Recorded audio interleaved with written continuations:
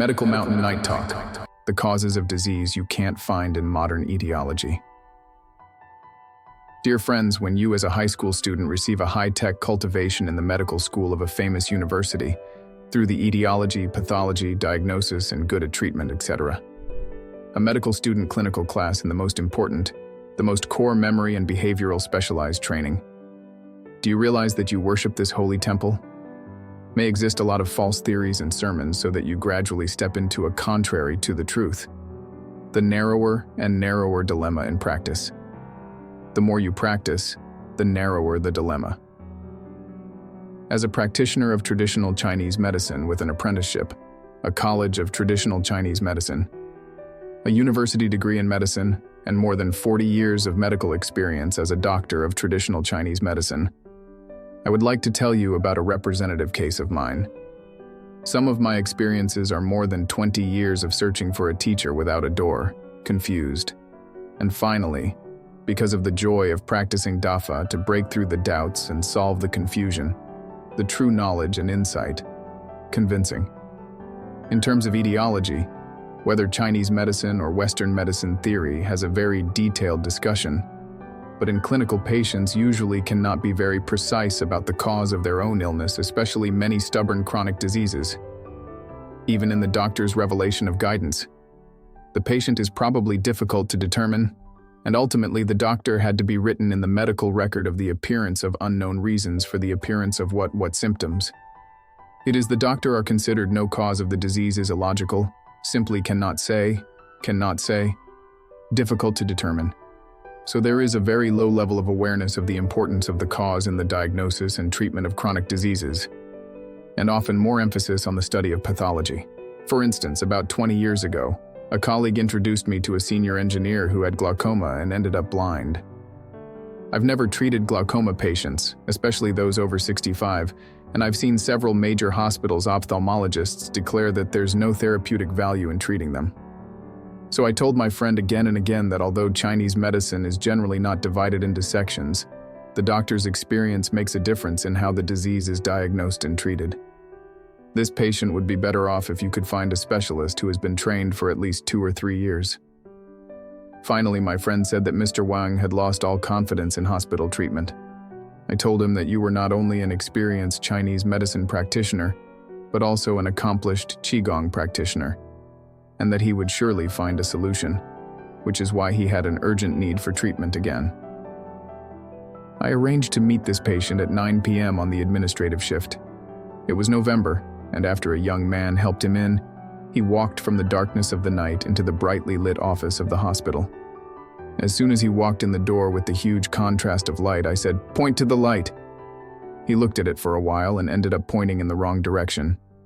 Then I gave him other procedures to reduce his pulse, which is a diagnostic procedure.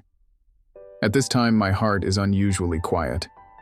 Gradually, I saw the image of a little girl in front of me. She wasn't very tall, had a round face, and had a tender look about her. Her head was combed with a ponytail, and she was wearing a jacket with a black and red lines checkerboard pattern. What does this image tell me? I quickly ruled out any factors unrelated to the cause of the illness and looked at the 60-something-year-old man. I told the young man to step back for a moment and then asked him directly, "Have you ever had an affair with a girl?" I saw him look a bit shocked and then try to deny it. When I saw his flustered demeanor, I said, "I'm the doctor treating you. No need to panic. Besides, there's no need for me to care about your privacy. Since there isn't one, forget it. Well, you can go." I opened the door and asked the young man to help him. He quickly got rid of it, sat without saying anything for a while, and then stammered. "You said, what did the girl look like?" I told him about the image I had seen. He then said, That's her. He then went through the process of their coitus without reservation and said, "Does my illness have anything to do with this?" I said, "You see, that girl is about the same age as your granddaughter. Isn't there something wrong with you having sex with her? Shouldn't you be punished?" He was pretty shocked, crying, and asked me that he'd been severely punished. He said he suffered in his daily life, and it was really difficult to describe. But it doesn't matter. The most important thing is to engage in 3 important scientific research projects with his colleagues. He's only done half of it because of this. and it's been more than 2 years. That's the biggest regret of his life. Can this disease still be cured? Is there hope? At that moment, I was also moved. I took a deep breath and kept checking his pulse. The image came back, or the girl.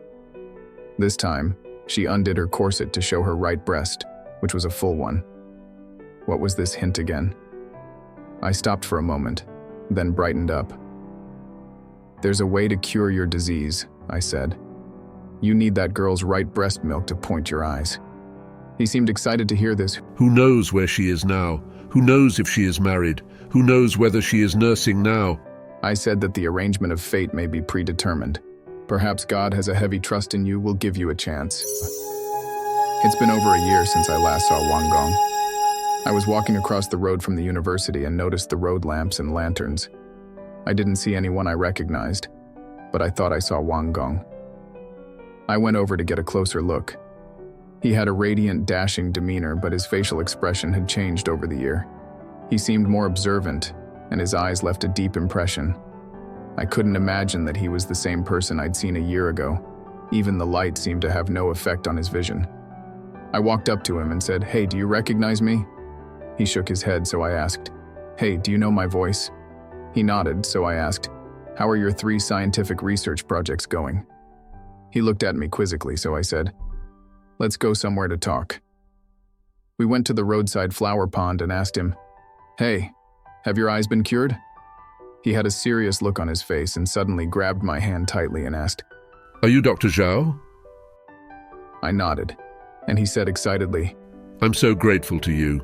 I've wanted to come and thank you several times, but I was afraid that you'd think I was too much of a bother. I've been putting it off for so long, but now I'm really happy to finally meet you. He then told me how he'd passed the message on to his sister, who also worked in the same unit and knew the girl. He'd asked several people to help him find her. Coincidentally, she'd just given birth to a child just after the full moon and her milk was very full. His sister had told him that her youngest son had been engaged in welding and had stabbed his eye, so he urgently needed human milk to point the eye. Similar to the above patient's situation, there are a few others who have images of deceased relatives, but clinically, Tianmu sees that most of the disease is still rooted in the patient's body, with images of various animals, birds, and insects.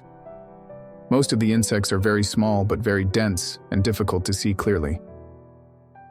Given these cases, I often wondered what the root cause of human illness was. Where do all these beings exist that cannot be seen with the naked eye? Are they the cause of disease?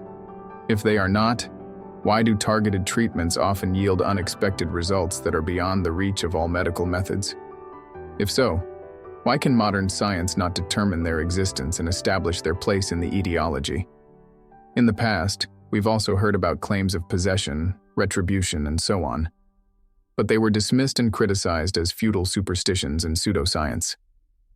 Since these are causes of disease that patients and doctors can't recognize or know for sure, is the etiology of current medicine perfect? Is it accurate? Is it valuable? Is it the truth? After practicing Dafa, it was only after reading Master Li Hongji's Turning the Falun that I fully understood the truth about the cause of my illness. Master Li Hongji said in the book, "The knowledge of modern people is only a very superficial little bit, and it is far from truly knowing the truth of the universe." The turning of the Dharma wheel also tells us, because there is such a truth in this universe, according to Buddhists, things in ordinary people are all karmically related. Birth, old age, sickness, and death are how they exist in ordinary people. It is because of the karma that comes from the bad things people have done in the past that there are diseases or demonic afflictions.